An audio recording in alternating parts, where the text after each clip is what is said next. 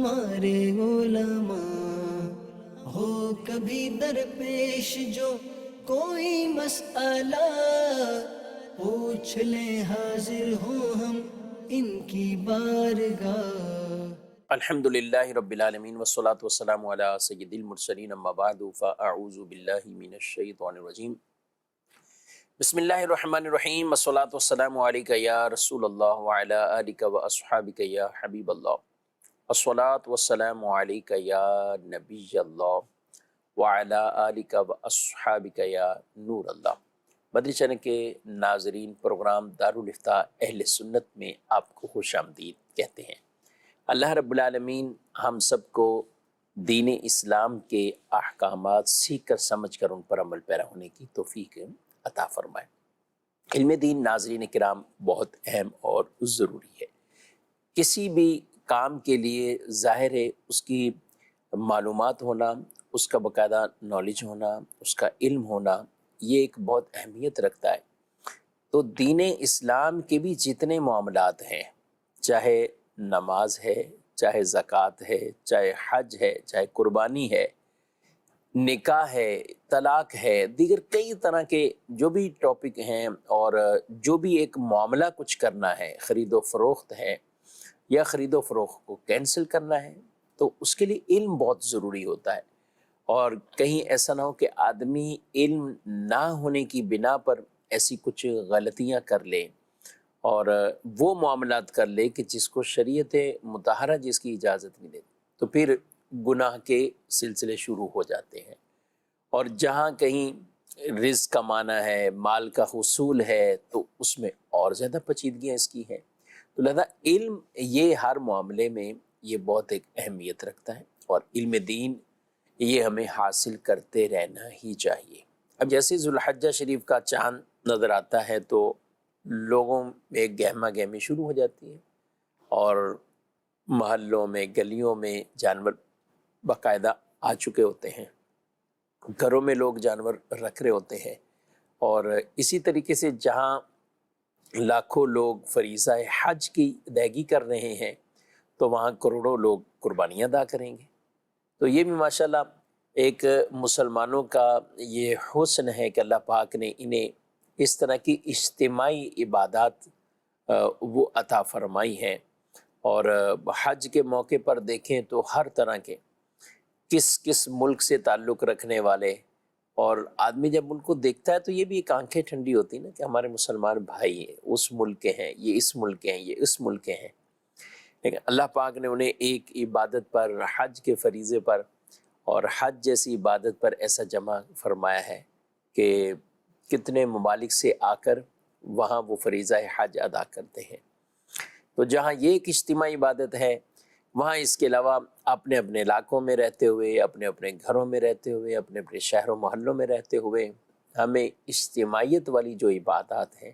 نماز باجماعت پڑھتے ہیں، نماز سے زیادہ پھر عام نمازوں سے بھی جمعۃ المبارک کی نماز ہے کہ اجتماعیت والی عبادت ہے، عید کی نماز ہے، اجتماعیت والی عبادت ہے۔ تو وہاں یہ قربانیوں کے جو ایسے سلسلے ہیں کہ یہ بھی کہ کئی ایسے افراد ہوتے ہیں مل کر قربانی کر رہے ہوتے ہیں، اور کوئی الگ الگ بھی جانور لے رہے ہیں، تو وہ بھی ایک اجتماعیت والی کیفیت کے لوگ سب اس عبادت کی طرف اور قربانیاں کرنے کی طرف وہ راغب رہتے ہیں۔ تو یہ بہت ایک اہم ترین کام ہے، اور اس سے مسلمانوں کی آپس میں ایک دوسرے کے ساتھ ایسی ضرورتیں بھی ایسی جڑی ہوئی ہوتی ہیں کہ ایک دوسرے کے ساتھ بھی بھلائی کرنے کے مواقع ان کو ملتے ہیں۔ تو بہرحال قربانی ہے، تو قربانی کے حوالے سے کچھ ہم گفتگو کریں گے۔ آج کے ہمارے مہمان مفتی محمد کفیل رضا عطاری ہیں۔ کیسے ہیں آپ؟ الحمدللہ۔ آپ کیا کہیں گے جو ایک اجتماعیت اور ایک آپس میں محبت والا ایک انداز ہوتا ہے، کیا فرمائیں گے؟ بسم اللہ الرحمن الرحیم۔ قربانی ایک اہم ترین عبادت ہے، اور اس کی ادائیگی کے اندر مسلمانوں میں جوش و خروش ہر ملک، ہر شہر کے اندر ہی پایا جاتا ہے، اور اس میں یوں سمجھیں کہ دیگر عبادات جو انفرادی طور پر ادا کی جاتی ہیں، اس میں ایک دیگر عبادات سے انفرادیت یوں ہے کہ یہ اجتماعی طور پر بھی ادا کی جا سکتی ہے۔ جو اجتماعی قربانی کی صورت میں ہوتی ہے کہ بڑے جانوروں میں 7 افراد جن کی اتنی استطاعت نہیں ہے کہ وہ الگ الگ ایک پورا جانور لے سکیں یا کسی ایک چھوٹے جانور کی قربانی کر سکیں، تو ان کے لیے یہ ایک ریلیف ہے، ایک جو ہے وہ سہولت ہے کہ وہ 7 افراد کچھ پیسے ملا کر ایک حصہ لے کر بڑے جانور میں شریک ہو جاتے ہیں، تو یوں وہ اپنے واجب قربانی بھی ادا کر پاتے ہیں اور قربانی کا ثواب بھی پاتے ہیں، اور ساتھ ہی ساتھ پھر ایک دوسرے کے ساتھ ان معاملات کے اندر میل جول بھی یقیناً بڑھتا ہے اور بہت سارے معاملات جو ہے وہ اس سے آگے کی طرف نکلتے ہیں۔ تو اجتماعی قربانی عام طور پہ تو یہ لفظ لوگ سمجھتے ہیں کسی ادارے، کسی دارالعلوم، کسی مدرسے، جامع مسجد یا کسی تنظیم یا تحریک کے تحت ہونے والی بڑی سطح کی قربانیوں کو لوگ اجتماعی قربانی سمجھتے ہیں اور کہتے ہیں، لیکن اگر دیکھا جائے تو گھر کی بھی ایسی قربانی جس میں بڑے جانور میں ایک سے زائد افراد شریک ہیں تو وہ اجتماعی قربانی ہی ہے، ٹھیک، کہ وہاں پر افراد کا اجتماع ہو رہا ہے ایک ہی جانور کے اندر، تو وہاں پر بھی کئی اعتبار سے اجتماعی قربانی کے جو مسائل ہیں ان کا خیال رکھنا یہ بے حد ضروری ہے۔ بعض دفعہ جب لوگوں کو بعض مسائل بتائے جاتے ہیں گوشت کی تقسیم کے حوالے سے تو وہ بڑے حیران ہوتے ہیں کہ ہم تو سالوں سے یہ کرتے ہوئے آ رہے ہیں اور ہم تو یہی سمجھتے ہیں کہ جناب ہم آپس میں ایک دوسرے کو معاف کر دیتے ہیں تو کوئی مسئلہ ہی نہیں، ہم میں سے کسی کو کوئی اعتراضی ان معاملات کے اوپر نہیں ہے، لیکن جب انہیں یہ بات بتائی جاتی ہے کہ یہ کس حد تک ضروری ہے تو پھر انہیں بھی احساس ہوتا ہے اور آئندہ کے لیے وہ بھی نیت کرتے ہیں کہ ٹھیک ہے ہم بھی شریعت کے مطابق یہ کام کریں گے، لیکن وہی کہ ناواقفی کی بنیاد پر آج تک وہ غلط کام اور وہ گناہ کا کام کرتے چلے آ رہے تھے۔ اپنے تئیں تو وہ اس کو ثواب ہی سمجھ رہے تھے کہ یار چلو اگر میری طرف سے کچھ زیادہ چلا گیا تو چلو مجھے تو ثواب ہی ملے گا نا، میں کسی کا لے تو نہیں رہا، میں نے تو معافی جو ہے وہ کیا ہے، لیکن اس میں کئی جگہ کے اوپر ناجائز صورتیں بھی پائی جا رہی ہوتی ہیں، تو لہٰذا ان تمام باتوں کو جاننا سیکھنا یہ ضروری ہے۔ یوں ہی قربانی کے اندر چونکہ آپ جب جانور لے کر آتے ہیں تو اب جانور کے اندر شرائط قربانی کا پایا جانا یہ بے حد ضروری ہے، یہ ایک بنیادی چیز ہے کہ اس کی عمر پوری ہو،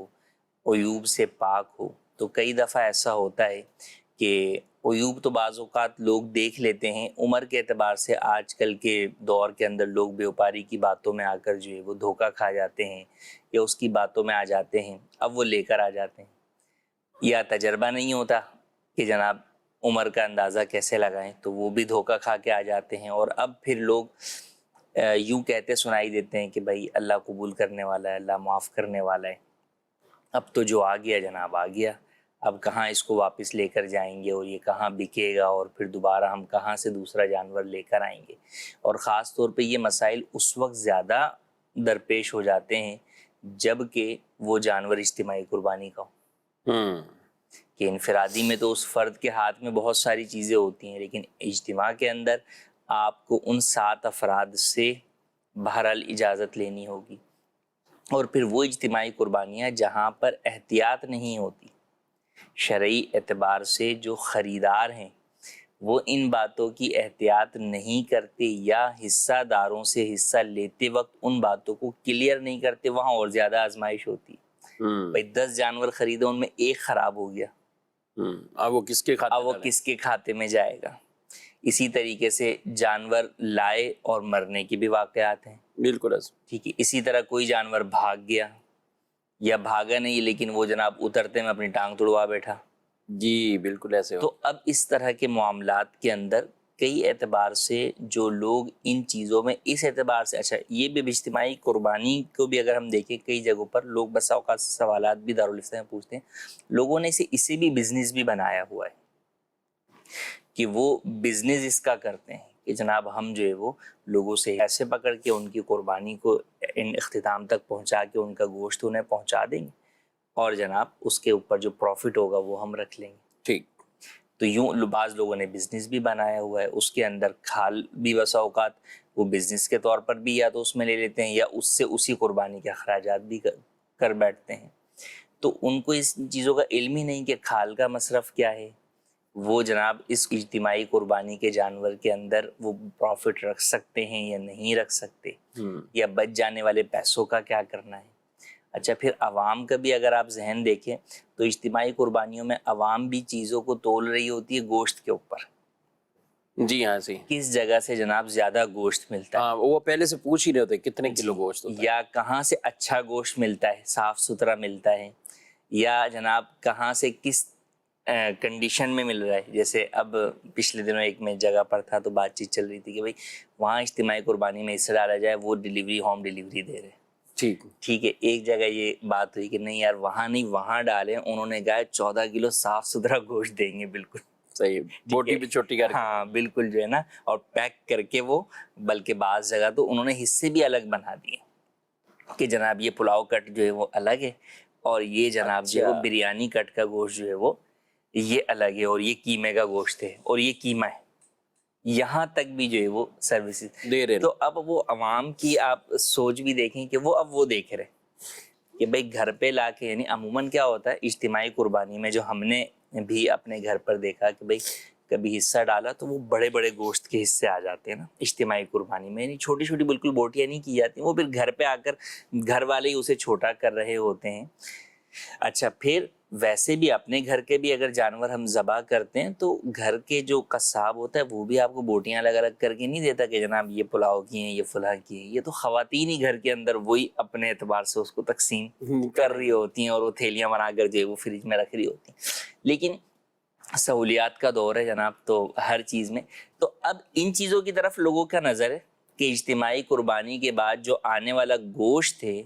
وہ کس کیٹیگری کا اور کس لیول کا ہونا چاہیے، اس چیز پر نہیں ہے کہ جو میری جو اصل قربانی ہے وہ اگر آپ کو گوشت ہی لینا تھا تو گوشت جا کے آپ دکان سے لے لیتے۔ اصل ہے قربانی کہ وہ قربانی جو آپ پر واجب ہے، جو جسے آپ نے اللہ کی رضا کے لیے کرنا ہے، وہ شرعی طریقہ کار کے مطابق درست طریقے سے ادا ہو جائے اور آپ کا واجب ادا ہو جائے، اس کی طرف توجہ ہی نہیں کہ آپ جن افراد کے سپرد کر رہے ہیں اپنی قربانی کہ آپ میری طرف سے میری قربانی کر دیجئے، وہ اس بات کے اہل بھی ہیں یا نہیں ہیں، وہ جانتے بھی ہیں ان باتوں کو کہ جناب کن کن باتوں کا خیال رکھنا قربانی کا جانور خریدنے میں، اس کے بعد اس کو رکھنے میں، پھر ذبح کرنے میں، اور پھر آگے گوشت تقسیم کرنے میں کن باتوں کا خیال رکھنا ضروری ہے۔ ماشاءاللہ بہت اہم چیزیں آپ نے بیان کی ہیں۔ اچھا آپ نے کہا کہ اس میں ناجائز چیزیں، اب ایک عام آدمی سے قربانی کر رہے ہیں اس میں بھی کوئی ناجائز چیزیں ہو رہی ہیں، تو یعنی ایک تو بڑے لیول پہ جو کام ہوتے ہیں وہ دیکھیں، ایک عام آدمی 2-4 رشتہ دار مل کے ایک جانور یہ خرید کے لائیں، گلی والے ہی ہیں یہ، اور یہ ایک جانور انہوں نے خرید لیا، ایک حصہ اس نے ڈالا، 2 حصے اس نے لے لیے، 3 حصے اس نے، وہ 7 حصے پورے ہو گئے۔ اب اس میں ان کی کوئی ایسی شرعی غلطی اگر واقعی اس میں پائی جاتی ہے تو اس کی اصلاح کیسے ہو سکے، اور وہ کون سی غلطی کہ جس کو ہم کہیں کہ یہ ناجائز چیز ہو جائے گی؟ جی دیکھیں اس میں تقسیم کا معاملہ آتا ہے، یعنی عمومی طور پر اگر ہم دیکھیں کہ عام طور پر غلطی نہیں پائی جاتی خریداری سے لے کے ذبح کرنے تک، جی ہاں، بات آ جاتی ہے ذبح کرنے کے بعد جب گوشت کی تقسیم ہوتی ہے تو عموماً اندازے سے گوشت تقسیم کیا جا رہا ہوتا ہے۔ اچھا بڑا اجتماعی قربانی کا سیٹ اپ ہوتا ہے تو وہاں پہ انہوں نے وہ ترازو بھی رکھا ہوا ہوتا ہے، اسکیل بھی ان کے پاس ہوتا ہے جس سے وہ ویٹ کر کے بسا اوقات حصے بنا رہے ہوتے ہیں۔ لیکن جو آپ نے کہا جس طرح گلی محلے میں ہوئی یا 2-4 رشتہ داروں نے مل کے، تو اب وہ ایک دن کے لیے کہیں سے ترازو تو پکڑنے سے رہے، ٹھیک ہے، تو اب کیا ہوتا ہے وہ اندازے سے ہی کر رہے ہوتے ہیں کہ چلیں جناب 60 ڈھیریاں بنا لیتے ہیں، صحیح، ٹھیک ہے، اور مثال کے طور پہ ایک چھنی سے یا ایک پتیلے سے ایک وہ ماپ لے لیا بھائی، اسی سے جو ہے وہ یوں کر کے اور وہ تقسیم کر کے، اور پھر آخر میں یہ کہہ دیتے ہیں کہ بھائی جو کمی بیشی ہو وہ سب ایک دوسرے کو معاف کرتے ہیں۔ تو یاد رکھیں کہ گوشت کی تقسیم جب بھی آپ کریں گے تو یہ وزن کے ساتھ ہونا ضروری ہے، اچھا، اور برابر برابر ہونا ضروری ہے، گوشت کی تقسیم، جی کمی بیشی اس کے اندر جائز نہیں ہے۔ ہاں اب اگر آپ کمی بیشی کی طرف جانا چاہتے ہیں، شرکا کو اعتراض نہیں ہے، تو اس کا ایک جائز طریقہ کار ہے جس کو فالو کرنا ضروری ہے۔ وہ کیا ہے؟ وہ یہ ہے کہ آپ 60 ڈھیریاں اگرچہ بنا لیں، مگر اس کے ساتھ ان 7 ڈھیریوں میں گوشت کے علاوہ کوئی چیز اور بھی رکھ دیجیے، گوشت کے علاوہ کوئی بھی چیز رکھ دیں، مثال کے طور چاول پہ وغیرہ؟ پایا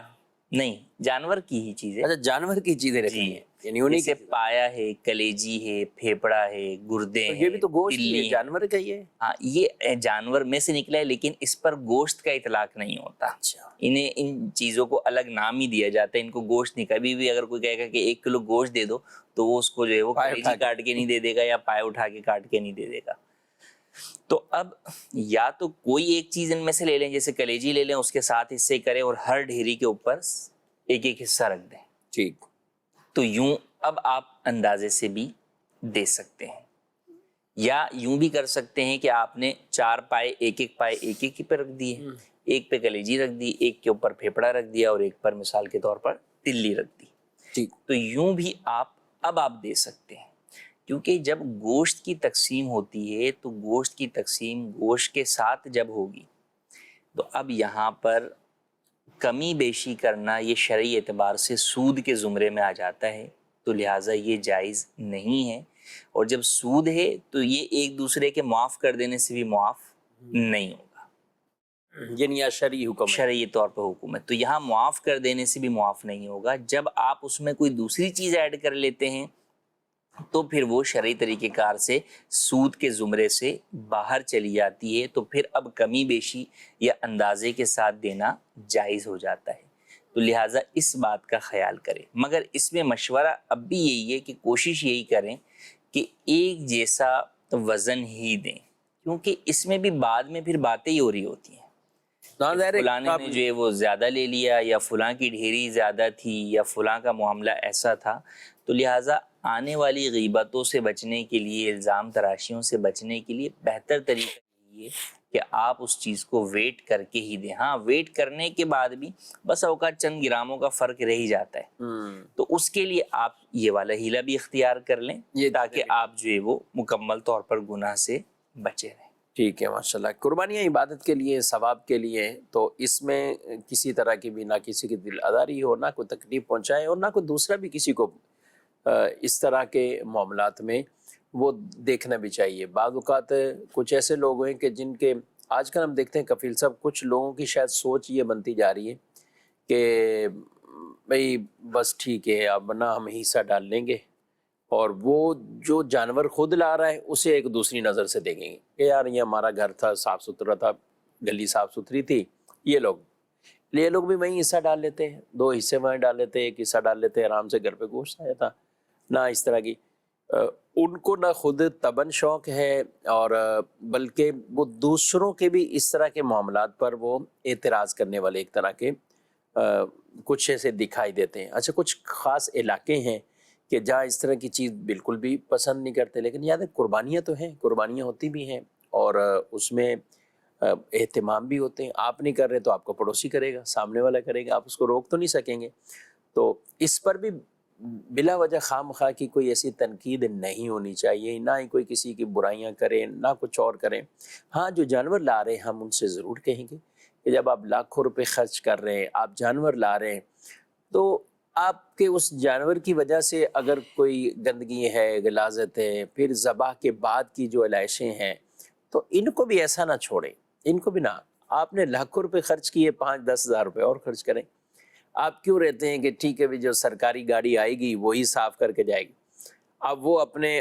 آفیشیل ٹائم میں کب آئے، کب نہ آئے، کس وقت آئے، کہاں آئے، تو اتنی دیر آپ کی گلی محلہ ایک طرح کا کہیں ایسا نہ ہو کہ کوئی تعفن ہو، کچھ اور اس طرح کے معاملات ہوں، تو ہماری وجہ سے کسی کو تکلیف نہ پہنچے، دوسرا خام کا اعتراض بھی نہ کریں۔ بہت بنیادی باتیں ہم نے کچھ ناظرین کرام کرنے کی کوشش کی ہے، اور نیت یہی تھی کہ یہ بھی ایک ٹاپک اور اس طرح کی جو جہتیں ہیں یہ بھی ہمارے ناظرین کو ذہنوں میں آنے چاہیے، لیکن ہم خود ہی صرف گفتگو نہیں کریں گے، آپ کو بھی شامل کریں گے۔ دیکھتے ہیں ہمارے ناظرین کیا پوچھنا چاہتے ہیں۔ میرا مفتی صاحب سے سوال یہ ہے کہ جو اجتماعی قربانی میں ریٹ پہلے فکس طے کر دیتے ہیں اور اس کے بعد جانور خریدا جاتا ہے، کیا یہ جائز ہے؟ رہنمائی فرمائیں۔ تو قربانی کرنے کے بعد ریٹ کس کے لیں گے، کیسے لیں گے؟ تو اس کا پہلے سے ہی کچھ نہ کچھ تو ریٹ بتانا ہی پڑے گا۔ جی بتائیں، ریٹ فکس کیسے کر دیا؟ جانور تو ہے نہیں آپ کے پاس۔ شاید ان کے ذہن میں یہ کہ جناب نہ جانے جانور کتنے کا آئے، ہاں۔ اور تو ایکچوئل جو اخراجات ہونے چاہیے پھر ریٹ بتانے چاہیے۔ دیکھیں عمومی طور پر پہلے سے ریٹ اس لیے بتاتے جاتے ہیں کہ حصے داروں کو بھی پتہ ہو کہ بھئی ہم حصہ کتنے کا لے رہے ہیں۔ کل کو جناب وہ حصہ آپ کے ایک بندے کا حصہ جو ہے وہ 50,000 روپے آ جائے، 1,00,000 روپے آ جائے کہ جناب ہم تو اتنا بڑا جانور لے آئے تھے۔ تو عموماً جو لوگ قربانی کا آپ سے حصے کے پیسے لیتے ہیں در حقیقت وہ وکیل ہوتے ہیں، وہ سیل آؤٹ نہیں کر رہے ہوتے، وہ آپ کے وکیل ہوتے ہیں۔ اب انہوں نے حساب لگایا ہوا ہوتا ہے کہ بھئی مثال کے طور پہ ہم نے جو حصے لیے ہیں اس کے مطابق 1,90,000 روپے ٹوٹل اخراجات بن رہے ہیں، اس میں ہمیں 1,60,000 تک یا 70,000 تک لے کر آنی ہے، جانور لے کر آنا ہے، اور باقی اوپر قصاب کے اخراجات ہیں، جانور کے دانے پانی کے اخراجات ہیں اور دیگر اخراجات ہیں۔ تو یہ انہوں نے ایک اندازہ لگایا ہوا ہوتا ہے۔ اب اس میں اگر اخراجات ہونے کے بعد کچھ پیسے بچ گئے تو یہ در حقیقت حصہ داروں کے ہی پیسے ہیں۔ صحیح۔ تو یا تو یہ آپ کو انہیں واپس کرنے ہوں گے یا پھر ان کی اجازت سے کسی جگہ استعمال کرنے ہوں گے۔ اگر وہ اجازت دے دیتے ہیں کہ بھئی بچ جانے والے پیسے آپ مسجد میں دے دیں، مدرسے میں دے دیں، یا آپ جس تنظیم یا تحریک مثلا دعوت اسلامی کے ساتھ آپ نے حصہ ڈالا ہے تو دعوت اسلامی کو دے دیں، تو وہ پھر جہاں دینے کا کہیں وہاں پر وہ پیسے دیے جائیں گے، چاہے وہ چند روپے ہی بچ رہے ہوں۔ ٹھیک۔ تو وہ آپ کے وکیل ہیں، لہٰذا جتنا کچھ اخراجات وہ کریں گے عرف کے مطابق وہ اخراجات انہی پیسوں میں سے کیے جائیں گے اور بچ جانے والے واپس ہوں گے۔ اور اگر خدا نخواستہ انہوں نے ایک نارمل اخراجات کے مطابق ہی اخراجات کی لیکن کوئی ایسا اضافی خرچہ آ جاتا ہے اچانک حادثاتی طور پر کہ جو ان ایکسپیکٹڈ تھا، تو اب وہ خرچہ بھی آپ انہی حصے داران سے ہی طلب کریں گے۔ ایسا نہیں ہوگا کہ جناب وہ حصہ کسی اور کے اوپر ڈالا جائے یا جو اجتماعی رقم بچی ہے اس میں سے اس میں سے آپ خرچ کر لیں، ایسا نہیں ہے۔ اگر اسی طرح جب آپ قربانی کے جانور کے لیے پیسے جو ہے وہ لے کر گئے، جانور خریدا آپ نے، تو اسی لیے کہا جاتا ہے جہاں پر ہم احتیاط بتاتے ہیں کہ جو اجتماعی قربانی کے لیے جانور لینے جائیں وہ جو جانور خریدتے جائیں اس کے اوپر نمبرنگ یا مارکنگ کرتے جائیں کہ جناب یہ فلاں 7 حصے داروں کی ہے، یعنی گائے نمبر 1 ہے، تو عموماً انہوں نے گائے نمبر 1 کے تحت نام لکھے ہوتے ہیں کہ بھئی یہ 7 افراد یہ ہیں گائے نمبر 1 میں، تو اس کے اوپر وہ مارکنگ کر دیں کہ بھئی یہ پہلا ہمارا سودا ہو گیا اور یہ جانور ہو گیا۔ تو اس کا فائدہ یہ ہوتا ہے کہ خدا نخواستہ اس ایک جانور کو کوئی بھی نقصان پہنچتا ہے، وہ عیب دار ہو جاتا ہے، خدا نخواستہ مر جاتا ہے، بھاگ جاتا ہے، تو آپ ان 7 افراد سے ہی رجوع کریں گے کہ جناب یہ آپ کے پیسوں سے جانور خریدا تھا اور ایک وہ چیز ہو گئی جو کہ ہمارے اختیار میں نہیں۔ وہ تو نہیں مانے گا، بولے یہ تھوڑی ہوتا ہے۔ اصل یہی ہے کہ دیکھیں جب آپ ان باتوں کو کلیئر نہیں کرتے حصہ داروں کو تو وہ بسا اوقات پھر وہ نہیں مسائل کرتے بھی ہیں۔ لیکن جب آپ ابتدا میں جس وقت حصہ وہ لینے آئے ہیں اس وقت انہیں یہ ساری باتیں بتا دیں۔ الحمدللہ دعوت اسلامی کے تحت جو اجتماعی قربانی ہے اس میں باقاعدہ پورا وکالت نامہ واضح ہے اور اس میں یہ ساری باتیں لکھی ہوئی ہیں کہ یہ اخراجات کہ یہ اخراجات ہم کریں گے ان سے، اور جناب بھاگ جانے ان سب چیزوں کی صورت کے اندر آپ مجھ سے رابطہ کر سکتے ہیں۔ ٹھیک۔ تو یہ باتیں جب واضح کر دیں گے تو حصہ دار بھی ان باتوں سے مکریں گے نہیں۔ اگر واضح نہیں بھی کی تو بھی بہرحال وہی حصہ داروں کا ہی انہی پر لازم ہوگا کہ وہ اس جانور کے اخراجات کو پورا کریں جو عرف کے مطابق ہے۔ ماشاءاللہ۔ کچھ SMS بھی ہیں، ان کی طرف بھی بڑھتے ہیں۔ خواتین کی طرف سے سوال ہے، سر سے دوپٹہ اتر جائے تو وضو کے اندر کوئی مسئلہ آتا ہے؟ سر سے دوپٹہ اترنے سے وضو نہیں ٹوٹتا۔ ٹھیک ہے۔ دوسرے کیا باریک دوپٹہ اوڑھ کر پہن کر نماز ہو جاتی ہے؟ ایسا باریک دوپٹہ جو کہ جسم کی یا بالوں کی رنگت ظاہر کرے تو اسے اوڑھ کر نماز پڑھنا جائز نہیں ہے، اور اس میں اگر آپ کے جو جسم اعضائے ستر ہیں، عورت کے بال بھی چونکہ چھپانے کی چیز ہے، اعضائے ستر ہیں، تو یہ بھی نظر آئیں گے، یا بال نظر نہیں آ رہے لیکن جسم کا اور حصہ نظر آ رہا ہے، کلائی نظر آ رہی ہے، تو بہرحال نماز نہیں ہوگی۔ تو ان باتوں کا خیال کرنا ضروری ہے کہ دوپٹہ ہو یا چادر ہو، ان سب میں وہ ایسی ہوں کہ وہ آپ کے جسم کی رنگت کو ظاہر نہ کرے۔ ٹھیک ہے۔ اگر بال دفنانے کی جگہ نہ ہو تو کیا بالوں کو جلا سکتے ہیں؟ بال دفنانا بہتر ہے، کوئی فرض و واجب نہیں ہے۔ اگر کسی جگہ پر دفنانے کی جگہ نہیں ہے تو خواتین خاص طور پر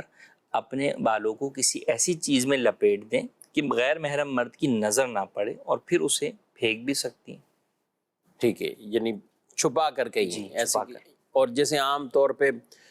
کہیں کہ لوگوں میں اتنی اس طرح کی اویئرنیس نہیں ہے تو عام ہی پھینک دیے تو یہ ٹھیک نہیں ہے. ہاں، غیر محرم مرد کی نظر پڑے گی بالوں پر عورت کے تو یہ جائز نہیں ہے کہ عورت کے جسم سے جدا ہونے والی بھی وہ چیز جس کا پردہ ہے اس پر غیر محرم کو دیکھنا بھی جائز نہیں ہے، اور عورت کے اس طرح اس چیز کو غیر محرم مردوں کے سامنے پھینکنا بھی جائز نہیں. ٹھیک ہے، ہمارے ایک کلپ ہے جو چلانا چاہتے ہیں تو دیکھتے ہیں کیا ہے. مفتی صاحب یہ بتائیں کہ مثال کے طور پہ اگر اس طریقے کی کوئی نیت بن رہی ہے جیسے سجاد صاحب نے فرمایا کہ ہم ان کو قربانی کا جانور دے دیں، تو کن کن کو دے سکتے ہیں؟ جس طریقے سے زکوٰۃ کے مصارف بیان ہوئے نا کہ کن کن کو دے سکتے ہیں، اس طریقے سے قربانی کا جانور دینے میں بھی کوئی مصارف ہیں؟ قربانی کا جانور دے کس مد میں رہے ہیں؟ اگر قربانی کا جانور اس طور پر کسی کو دیا جا رہا ہے کہ وہ قربانی تو میری طرف سے کرے یا قربانی میرے نامزد فرد کی طرف سے کرے، جس کا نام دیا ان کی قربانی کرنی ہے، کرنی آپ نے تو وہ اس کے لیے تو کوئی شرط ہی نہیں ہے کہ سامنے کس کو دیں، وہ امیر کو دیں، غریب کو دیں، سید کو دیں، غیر سید کو دیں، وہ کسی عام آدمی کو بھی دیں. اس میں سامنے والا وکیل ہوگا، صحیح، وہ اس کے مطابق قربانی اس کی کرے گا، لیکن اس کا اپنا واجب ادا نہیں ہوا. اچھا، قربانی اس کی ادا نہیں ہوگی جو قربانی کرے گا. جی، جو قربانی کرے گا نا، اگر اس پر اپنا واجب ہے، اگر اس پر واجب بنتی ہے تو اس کا اپنا واجب ادا نہیں ہوگا. جس نے جانور دیا ہے اس کی طرف سے ہو گیا، جس کا نام دیا ہے ان کی طرف سے قربانی ہو گئی. یہ تو پہلی صورت کہ عام طور پہ وکیل بنا کے لوگ دے دیتے ہیں اور نام اپنے ہی دیتے ہیں، یا اپنی طرف سے بزرگوں کے دے دیے یا کسی کا بھی دے دیا. اور ایک صورت یہ ہے کہ آپ نے جانور ہی اس کی ملکیت کر دیا، جانور خود لیا یا پالا یا جو بھی تھا، آپ نے ان کو دے دیا کہ یہ آپ کی ملکیت ہے، آپ اس کی قربانی بھی کرو اپنی طرف سے یا جس کی طرف سے چاہو. اچھا، اور اس کا گوشت وغیرہ بھی آپ رکھو. اب وہ اپنی مرضی کے ساتھ اسے شامل کر، اب وہ اپنی مرضی اس کو جو اس کی اختیار میں آ گیا ہے، اس کی ملکیت میں آ گیا ہے، تو اب وہ اپنے اسے شامل کر رہا ہے یا جس طرح بھی کر رہا ہے وہ قربانیاں ہو جائیں گی، کیونکہ اس میں تو اس نے جانور مالک کر دیا، ملکیت اعتبار کر دی ہے. اچھا، یہ جو مالک کیا نا، آپ نے کہا یہ کس کس کو مالک کیا جا سکتا ہے، تو دیکھیں اس میں بھی کوئی شرائط نہیں ہے کہ امیر کو، غریب کو، سید کو، غیر سید کو، امام کو، غیر امام کو، زکوٰۃ کا مستحق ڈھونڈنا ضروری کوئی ڈھونڈنا ضروری نہیں، یا کسی نے کسی کو بھی دے سکتے ہیں، ماں باپ کو بھی دے سکتے ہیں، ماں باپ کو دے. تیسری صورت یہ ہے کہ کوئی واقعی چاہتا ہے کہ میں اپنا یہ بکرا کسی ایسے شخص کو دوں اور دوں زکوٰۃ کی مد میں. اچھا، اپنا بکرا دوں لیکن میری زکوٰۃ کا اماؤنٹ ادا ہو اس کی قربانی ادا ہو. اچھا، تو یہ صحیح ہے. ہاں، صورت ہے نا. اب اگر کسی نے جانور لیا اور جانور لے کر یہ ایسے کس کو دے رہا ہے، اب یہاں زکوٰۃ والے احکامات ہو رہے کہ وہ شریف فقیر، مستحق کے زکوٰۃ، غیر سید، غیر ہاشمی، یہ ساری چیزیں اب اس میں آئیں گی. اس کو مالک ظاہر ہے اسی کو مرے، تو جب یہ اس کو دے گا تو پھر وہ اس کی زکوٰۃ ادا ہوگی اور اس آدمی کو وہ ملکیت میں آئے گا. اب ملکیت میں آنے کے بعد ضروری نہیں ہے کہ وہ اس کی قربانی کرے یا نہ کرے، وہ چاہے آگے بیچ دے. اگر وہ زکوٰۃ کا حقدار ہے، غریب آدمی ہے، زکوٰۃ کا حقدار ہے، اب کسی نے اس کو بطور زکوٰۃ بکرا دیا ہے تو وہ تو اس کا مالک ہو گیا. اب اس کی مرضی ہے. لیکن قربانی کے دنوں میں جب اس کے پاس آ جائے گی تو وہ اس پر قربانی واجب نہیں ہے. صرف بکرا آنے سے قربانی واجب نہیں ہوگی، جبکہ اتنا نصاب اس کا بنتا ہو یا ایسی اس کے اوپر شرائط پوری پائی جاتی ہو. تو اب یہ ہے کہ ایک کرینہ ہے کہ وہ اس لیے دے رہا ہے کہ قربانی کرے تو کرنی قربانی چاہیے، لیکن جب زکوٰۃ دیے تو وہ مالک ہو جائے گا، اب وہ کچھ بھی استعمال کرے. جی، یہ کیٹل فارم میں اور مویشی منڈی میں اس طرح کے ہمارے کچھ پروگرام ہوتے ہیں، اور بظاہر اسکرین پر تو ایک بڑی خوبصورت یہ نظر آ رہے ہوتے ہیں، لیکن ناظرین کرام اس کے پیچھے بھی کافی آزمائشیں ہوتی ہیں. جا کر وہاں جو جانوروں کے ساتھ ہی ریکارڈنگ کرنی ہوتی ہے. کچھ اور ہمارے پروگرام میں آپ روزانہ دیکھ رہے احکام قربانی، تو اس میں ظاہر ایک ایک جانور کے پاس بھی جا کر کسی کے دانت دیکھ رہے ہیں، تو کسی کے سینگ دیکھ رہے ہیں، کسی کے کان دیکھ رہے ہیں. تو مقصد یہی ہے کہ ناظرین کرام بھی اسکرین پر رہیں اور اسکرین بھی کچھ تبدیل بھی ہوتی رہے، دلچسپی بھی رہے اور احکام بھی سیکھتے رہیں. مقصد وہی ہے، شریعت اور دین کے احکامات سیکھنا. تو اسی کے تحت الحمدللہ یہ پروگرام پیش کیے جاتے ہیں، اور کئی سالوں سے یہ معمول ہے کہ باقاعدہ مویشی منڈی میں جا کر اس طرح کی ریکارڈنگ کی جاتی ہیں۔ ہمارے ساتھ مفتی کفیل صاحب بھی تھے۔ کیسا تجربہ رہا؟ بلکہ میں یہی سمجھ رہا ہوں، گھر پہ دیکھتے ہیں اسکرین پہ تو سبحان اللہ، لیکن جو موسم کی شدت اور یہ ساری چیزیں ہیں، وہاں جب جاتے ہیں تو پتہ بھی چلتا ہے۔ کیا خیال ہے؟ مگر یہ اس فائدہ ہوتا ہے کہ لوگوں کے سوالات بہرحال جو ان کے سمجھیں کہ لائف سوالات بھی ہم نے اس میں لیے، جی جی، اور اس سے ایک لوگوں کے ذہنوں میں کیا کنفیوژن ہے اس کا اندازہ ہوتا ہے، جس کو پھر ہم چینل پر بھی انہی تجربات کی روشنی میں ڈسکس کر رہے ہوتے ہیں، تاکہ زیادہ، کیونکہ جو پبلک میں سوالات عموماً پائے جا رہے ہیں جو وہاں پر پوچھ رہے ہیں، تو بہت سارے وہ افراد ہیں جو ہم سے رابطے میں نہیں آتے لیکن ان کے بھی سوالات وہی ہیں، وہی ہے۔ تو ان کو وہ جوابات مل جاتے ہیں، جو اصل مقصد ہے کہ لوگوں کی رہنمائی ہو اور وہ قربانی شرعی طریقہ کار کے مطابق کر سکے۔ ایک فرد ملا اور اچھا، وہ کیٹل فارم پہ یاد آ گیا مجھے، اس کا بھی سوال ریکارڈ تھا۔ اس نے کہا کہ دیکھیں ہماری جو فیملی ہے، قربانیاں، ہمارے گھر کی 21 قربانیاں بنتی ہیں۔ اب پہلے بجٹ نکالا جاتا ہے کتنے تک کی قربانی کرنی ہے، تو اب کہہ رہے کہ بجٹ جو ہے نا نکلا وہ کہ بھی ہم نے 30 لاکھ تک کی قربانی کرنی۔ اچھی فیملی تھی، ظاہر ہے یہ جو کیٹل فارم بڑے ہوتے ہیں تو اس میں جی، اب وہ کہہ رہے 30 لاکھ کی جب ہم نے نکالا کہ بھی 30 لاکھ روپے کی قربانی کرنی ہے، تو 30 لاکھ ماشاءاللہ ایک اچھی رقم ہے کہ 21 قربانیاں اس میں تو بہترین طریقے سے ہو سکتی ہیں۔ لیکن وہ کہہ رہے ہیں جب جانور دیکھنے آئے ہیں تو جانور بعض ایسا ہے کہ جو پسند آیا وہ ہے ہی 30 لاکھ کا، کہ وہ ایک ہی جانور ہے، اور اگر 2 یا 3 جانور یوں لیتے ہیں تو وہ کوئی بھائی کی پسند ناپسند پہ مسئلہ بھی آ رہا ہوتا ہے۔ تو اب ایسی صورتحال میں وہ بھائی تھے وہاں پہ، تو انہوں نے کہا کہ ہمارا فیصلہ کریں، کیونکہ ایک بھائی یہ رائے دے رہا ہے کہ ہم نے تو اللہ کی راہ میں 30 لاکھ نکال دیا نا، اب وہ چاہے ایک جانور ہم نے لے لیا، بڑا جانور لے لیا، تو کیا کچھ کی ہم قربانیاں مائنس کر کے اس طرح کے جانور لے سکتے ہیں، یا ہمیں 3 لینے چاہیے کہ 21 ہی قربانیاں ہوں، یا کچھ ہم مائنس کر دیں، بڑا جانور لے لیں؟ آپ چلیں ناظرین کو کیا مشورہ دیں؟ عموماً اس طرح کی فیملیز کے اندر مشترکہ کاروبار ہوتا ہے، جی یعنی وہ 30 لاکھ جو نکالے ہیں وہ در حقیقت 21 کی قربانی کے لیے ہی نکالے ہیں۔ جی ہاں، ان 21 افراد پر قربانی واجب ہے، ان سب کا جو خرچ ہے وہ مشترکہ کاروبار اچھا سے 21 چلتا ہے۔ پر واجب، مطلب ان معنوں میں تو شاید نہ ہی ہو کہ ٹوٹل گھر کے فرد 21، جی، یعنی کسی کے بچے بھی کسی ہیں، کے بچے بھی ہیں، نابالغ بھی ہیں، لیکن 21 بنتے ہیں۔ کوشش تھی کہ 21 قربانیاں ہوں، جی۔ پیسے لے کر آئے ہیں، تو یہاں یہ صورتحال بنی تو ہوئی۔ دیکھیں اصل تو یہ کہ جتنی قربانیاں واجب ہیں، اب وہ اگر 14 ہیں تو آپ کو 2 جانور کم از کم لینے ہوں گے، ٹھیک، اگر 21 ہی واجب ہیں تو آپ کو 3 جانور کم از کم لینے ہوں گے۔ تو آپ ایک جانور جو کہ 30 لاکھ کا ہے اس سے آپ نہ 14 قربانیاں کر سکتے ہیں، نہ 21 قربانیاں کر سکتے ہیں، بہت بڑا بھی ہو تو بھی نہیں کریں، نہ ہی 8 قربانیاں کر سکتے ہیں، صحیح۔ 7 ہی کر سکتے ہیں۔ تو لہٰذا بجائے اس کے کہ بعض افراد اپنی واجب قربانی سے رہ جائیں، جو کہ گناہ ہے، تو اس کے مقابلے میں یقیناً یہ بہتر ہے بلکہ ضروری ہے کہ آپ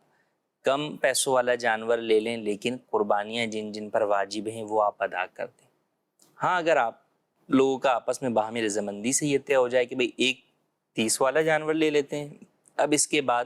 جن جن پر قربانی واجب ہے وہ ایک چھوٹے جانور میں حصہ ڈال لیں گے، یا جناب وہ چھوٹے چھوٹے بکرے لے لیں گے جس سے وہ اپنی واجب قربانی ادا کر لیں گے، اور یہ 30 لاکھ والا جانور بھی ہم اسی کو ذبح کرتے ہیں تو ٹھیک ہے، ایسا کرنے میں بھی کوئی حرج نہیں ہے۔ لیکن بنیادی چیز یہ ہے کہ اچھا جانور ہو، فربا جانور ہو، قیمت میں اعلیٰ ہو، یہ ساری باتیں افضلیت کی ہیں، ٹھیک، لیکن ان سب سے پہلے ہے واجب، کہ قربانی کا واجب ادا ہو۔ تو اگر واجب ہی ادا نہیں ہو رہا بعض لوگوں کا، اور وہ بعض وہی ہیں کہ جن کے ان پیسوں کی وجہ سے ہی ادا نہیں ہو رہا،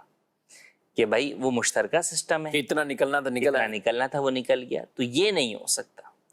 تو پہلے ان کا واجب ادا ہو، یہ ضروری ہے، بجائے اس کے کہ آپ ایک ایسا بڑا جانور لے آئیں جو کہ بہت فربا، بہت اعلیٰ، بہت قیمتی ہو، اور کئی لوگوں کی قربانیاں جو واجب ہیں وہ اس سے محروم رہ جائیں۔ تو پہلے واجب کو اہمیت دی جائے گی۔ ہاں، واجب آپ کر لیں، اس کے ساتھ پھر آپ جتنا اعلیٰ سے اعلیٰ اور قیمتی سے قیمتی. ماشاءاللہ. اور پھر بھی 30 لاکھ انہوں نے جو بجٹ بتایا تھا تو ایک اچھا بجٹ تھا جی. اور اس میں بھی اگر 12-15 لاکھ کا ایک بڑا جانور لیتے ہیں, چھوٹے اگر 5-5 لاکھ کے بھی وہ لیتے ہیں تو یوں اسی بجٹ میں رہتے ہوئے ایک اچھی قربانیاں ادا ہو سکتی ہیں اور ایسا کرنا بھی چاہیے. اس طرح کی جو بعض فیملیز ہیں بعض اوقات حج بجٹ یہ سب چیزیں یہ بناتے ہیں کہ حج کے لیے ہم نے اتنا نکالا اس کے لیے, تو ان کو بھی ہمارا مشورہ ہے کہ جہاں شرعاً واجب ہو چکا ہے, فرض حج فرض ہو چکا ہے, تو پھر وہاں یہ نہیں رہے گا کہ اس دفعہ صرف ایک بندہ جا سکتا ہے, 2 فیملی یا یہ فیملی جا سکتی. فریضہ آ چکا ہے تو پھر اس میں بلا وجہ تاخیر کرنے کی شرعاً اجازت نہیں. بڑھتے ہیں ناظرین کی کچھ کالز کی طرف. میرا مفتی صاحب سے سوال ہے کہ جس بکری کی نیت ہم نے کر دی قربانی کے لیے, کیا اس کا دودھ دھو سکتے ہیں, اس کا دودھ استعمال کر سکتے ہیں؟ جی. جانور پالا یعنی قربانی کی نیت سے خریدا نہیں تھا, ویسے ہی اپنا پالنے کے لیے جانور لائے تھے اور اب یہ نیت کر لی کہ اب اس کی ہم قربانی کریں گے, تو اب آپ اس کا دودھ دھو سکتے ہیں, اس میں کوئی حرج نہیں ہے کیونکہ یہ قربانی کے لیے متعین نہیں ہوا, خریدا نہیں تھا اس نے, خریدا قربانی کی نیت سے نہیں تھا. اور ایک وہ جانور ہے جو آپ لائے ہی قربانی کی نیت سے, ٹھیک, تو اب اس کا دودھ دھونا جائز نہیں ہے. حتی الامکان یہی کوشش کی جائے کہ اس کے تھن وغیرہ پر ٹھنڈا پانی وغیرہ مار کر اس کے دودھ کو روک دیا جائے, اور اگر نہ روکے نکالنا ہی پڑے تو پھر وہ نکال کر کسی مستحق کے زکوٰۃ کو صدقہ کرنا ہوگا, خود نہیں پی سکتا. خود نہیں بھی. سوال SMS میں ہماری پاس یہ بھی تھا کہ کعبہ شریف کو نہ پیٹھ ہو نہ سینہ ہو, تو آپ اگر یہ پیٹ ہو جائے یا کچھ ایسا تو کیا کرنا چاہیے؟ فوری طور پر جو ہے وہ اس کو رخ تبدیل اپنا کر لیں گے, یعنی طواف کرتے ہوئے. طواف کے علاوہ بھی پیٹ تو نہیں کرنی چاہیے, ہاں چہرہ بالکل جو ہے وہ کر سکتے ہیں, اسی کی طرف چہرہ کر کے دعا مانگیں گے, لیکن طواف کرتے ہوئے آپ اس طرح طواف کرتے ہیں کہ آپ کا جو بازو ہوتا ہے وہ کعبۃ اللہ شریف کی طرف ہوتا ہے اور آپ جو ہے وہ چل رہے ہوتے ہیں, تو اس میں آپ کی پیٹھ اس طرف نہیں ہونا چاہیے. اگر ہو جائے تو اتنا حصہ دوبارہ جو ہے وہ آپ چل لیں, اتنا ہی دوبارہ یعنی آپ وہ کریں چل لیں. یہ جو استعلام کرتے وقت جو حجر اسود کو استعلام کرنا ہے اور ہر چکر کے اس میں استعلام کرنا, تو اس وقت بھی کبھی ایسا ہے؟ جی, اس وقت جو ہے وہ آپ استعلام کرتے ہوئے جو ہے وہ کعبۃ اللہ شریف کی طرف آپ استعلام جو ہے وہ کریں گے تو اس میں کوئی حرج نہیں. ٹھیک ہے, لیکن یہ وہی جب آپ بالکل اس جگہ پہ پہنچ جائیں, استعلام کی جگہ پر جو حجر اسود کی سیدھ میں وہاں آپ پہنچ جائیں تو آپ یہ استعلام اور اس طرح کریں, ورنہ آپ چہرہ اس طرح یا رخ اس طرف نہ کریں. کعبے کی طرف پہلے سے کر رہے ہوتے ہیں یا بیچ میں کافی گزر کے آگے تو وہ اسی طرف رخ کیے ہوئے, شاید وہ یہ سمجھتے ہیں کہ اس طرف رخ کریں گے تو دعا قبول ہوگی یا کچھ اور ایسا ہے, لیکن جہاں شریعت نے جیسا حکم فرمایا تو وہاں ویسا ہی کریں تو انشاءاللہ اس کی برکتیں ملیں گی. اس کے بعد دعا کا ٹائم ہے نا, ملتزم پہ جائیے آپ, مقام ابراہیم پہ نفل پڑھنا اگر ممکن ہے تو طواف کے بعد وہاں نوافل ادا کیجیے, ورنہ جو بھی اس کے قریب جگہ وہاں پر آپ ادا کریں. ایسی جگہ نہ کریں کہ جہاں لوگوں کو تکلیف پہنچے, ان کی آنے جانے کے معاملات وہاں ڈسٹرب ہو رہے ہوں. اللہ پاک سب کے حج کو بھی اور عبادات کو بھی طواف کو بھی اپنی بارگاہ میں قبول فرمائے, اور جو قربانیاں کر رہے ہیں رب کعبہ ان کی قربانیوں کو بھی اپنی بارگاہ میں قبول فرمائے. پروگرام کا وقت اپنے اختتام کو پہنچا, آپ سے اجازت چاہتے ہیں. فی امان اللہ. ہادی و رہنما ہمارے علماء, ہو کبھی درپیش جو کوئی مسئلہ, پوچھ لیں حاضر ہوں ہم ان کی بارگاہ.